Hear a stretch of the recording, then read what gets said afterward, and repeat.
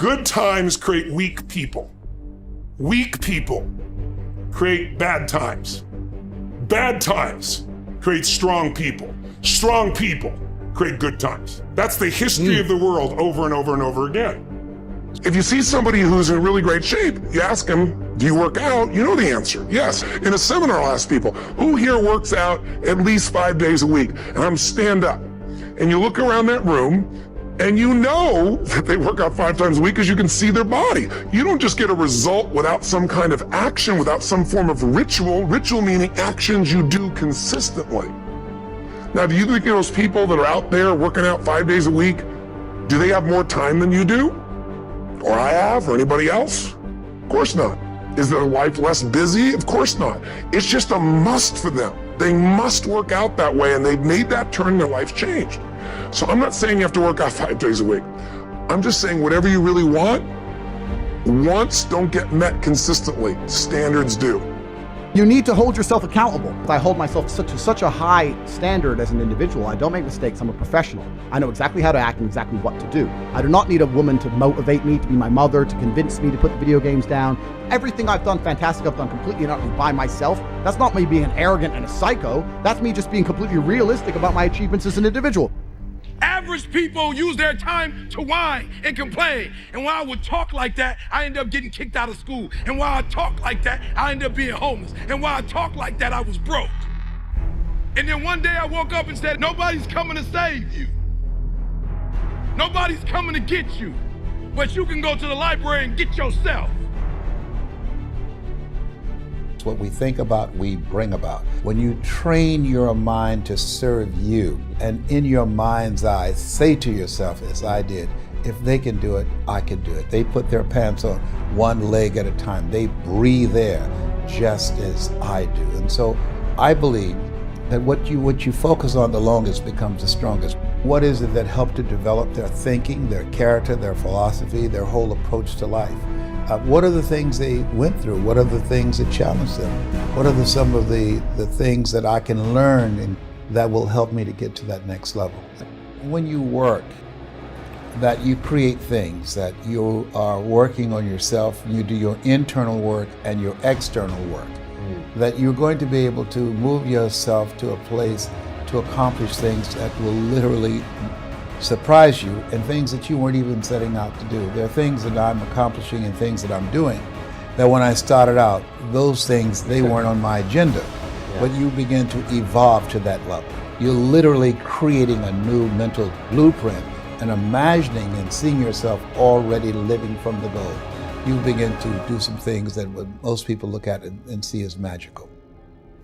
It's not so much about changing your identity as there's expanding it. Deciding that, this year, this month, this next 90 days, I'm gonna transform my body. I'm gonna take on a new challenge. I'm gonna find some technique or strategy, there's a million of them, that can reframe myself where I'm gonna feel younger, stronger, more vibrant than ever before.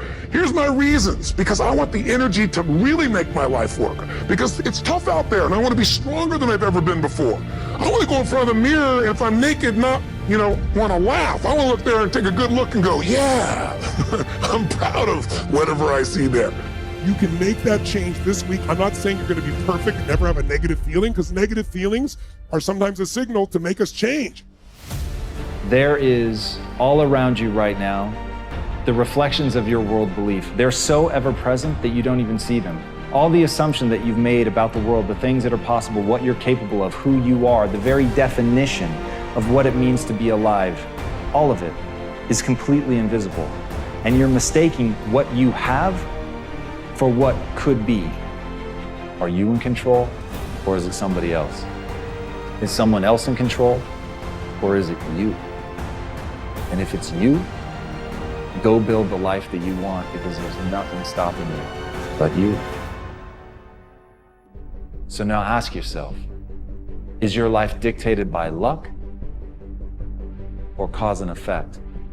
Everyone takes the limits of their own vision for the limits of the world. Arthur Schopenhauer.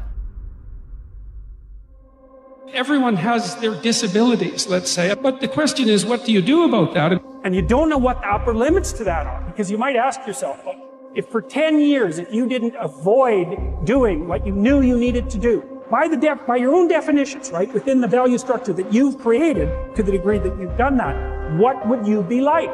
There are remarkable people who come into the world from time to time. There are people who do find out over decades-long periods what they could be like if they were who they were. If they spoke their being forward.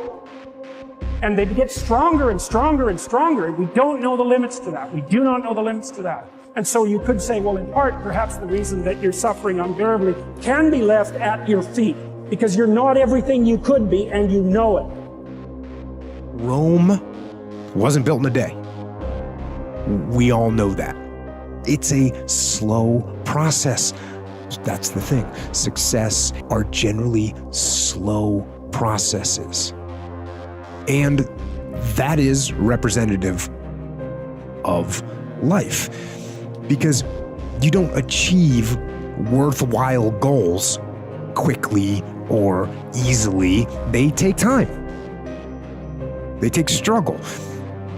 They take relentless pursuit day in and day out. That's what it takes. And that's why I say you've got to pay attention. You have to watch. You have to watch every single second. And so that second that just went by, that counted. Step out of your comfort zone.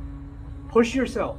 Work. And nobody becomes a business person and hits the million without actually going through the grind and learning what it means to do hard work first. And that's part of what Allah inspired you with. You have the talent to do it. You have the ability to do it. You have the mind to do it. You're just not doing it because for some reason you've convinced yourself that sitting back and being comfortable is a good thing. Maybe you're the reason corruption is winning. You're the reason that the world isn't changing the way it is, because if you stood up, if enough of you stood up, if enough of you tried to bring about a change, an entire culture changed. Everybody, at one point in time in your life, to be successful, you have to jump. Jumping is the hardest thing for people to do, but you have to jump. If you never jump, you'll never be successful.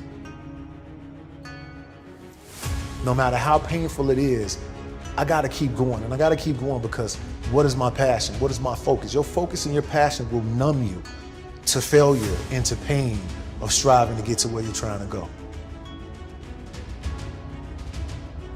I don't accept that I am what I am and that is what I'm doomed to be. No, I don't accept that. I'm fighting. I'm always fighting. I'm struggling and I'm scrapping and I'm kicking and clawing at those weaknesses to change them, to stop them. When you first jump, I guarantee you the parachute ain't gonna open. Eventually it does open, but it starts with the jump. You have to jump, man.